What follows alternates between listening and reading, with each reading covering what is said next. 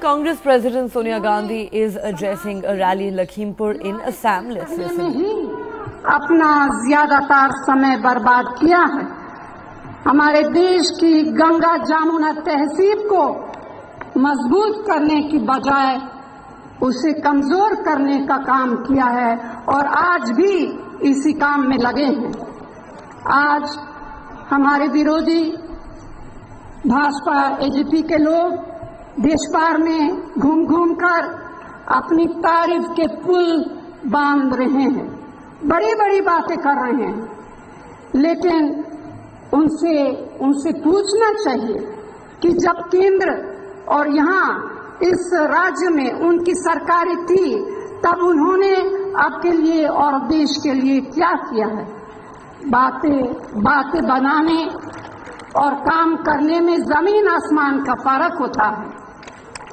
कांग्रेस ने पूरे देश की तरक्की में महत्वपूर्ण भूमिका निभाई है। गरीबों, आदिवासियों, दलितों, अकलियतों, पिछड़े वर्गों की उन्नति के लिए हमेशा लड़ाई लड़ी है।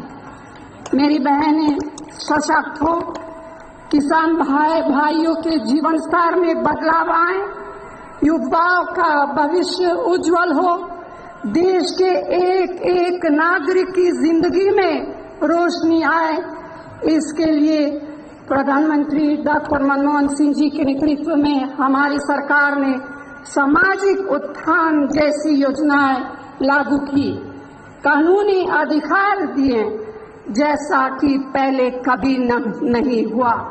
आरटीआई, महात्मा गांधी नरेगा, रोजगार का अधिकार, खाद्य या भोजन का अधिकार, ये तो सब कानूनी तौर पे आपका अधिकार हुआ है।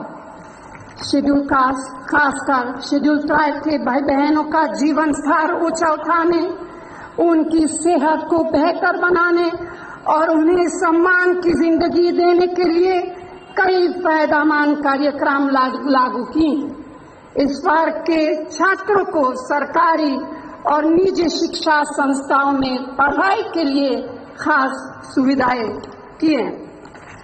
ट्राइबल्स के लिए भी एक खास कानून हमने पास किया, उनके हकों को सुरक्षित करने के लिए।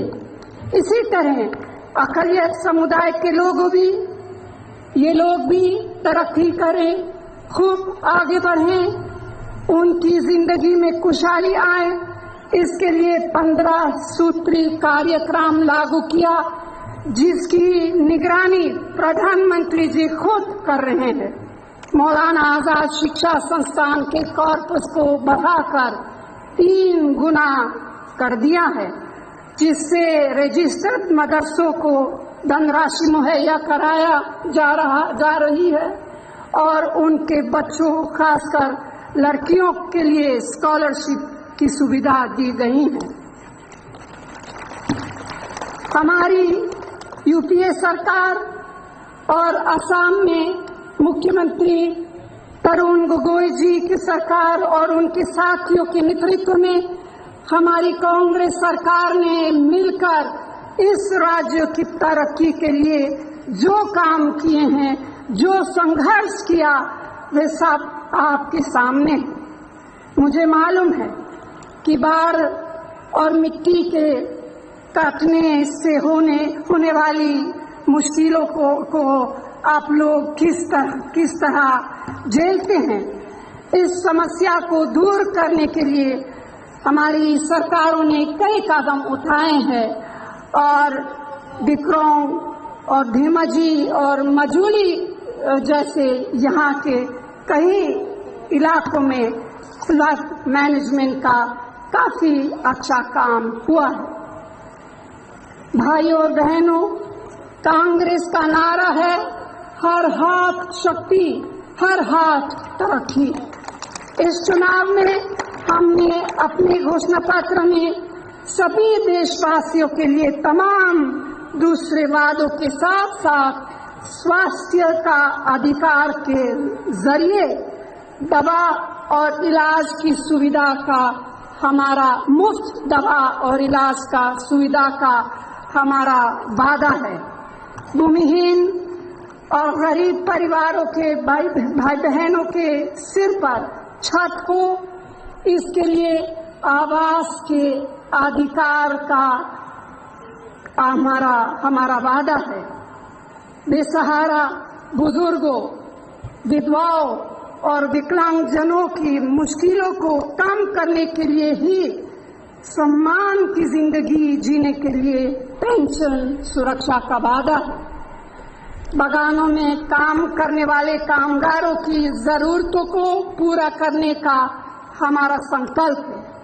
हमने अपने पिछले चुनाव घोषणा पत्र में जो वादे किए थे उन्हें पूरा किया।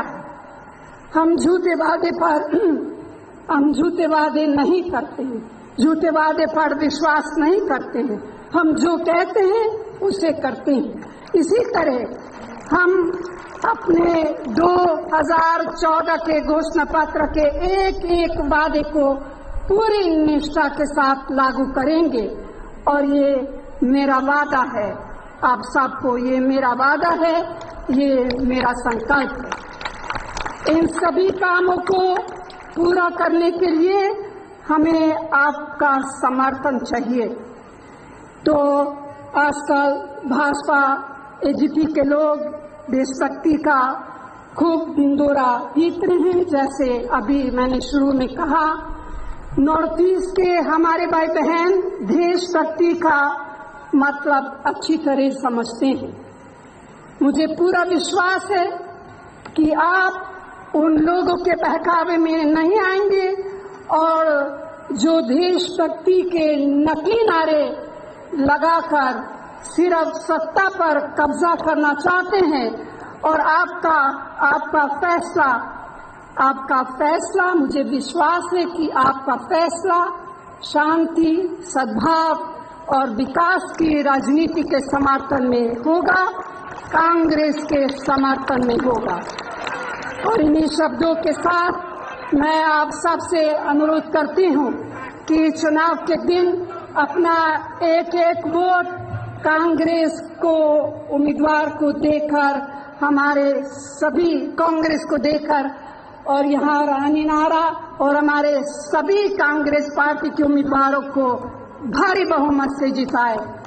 और दूर दूर से इस सभा में आने के लिए आप सबको दिल से बहुत बहुत धन्यवाद। जय हिंद।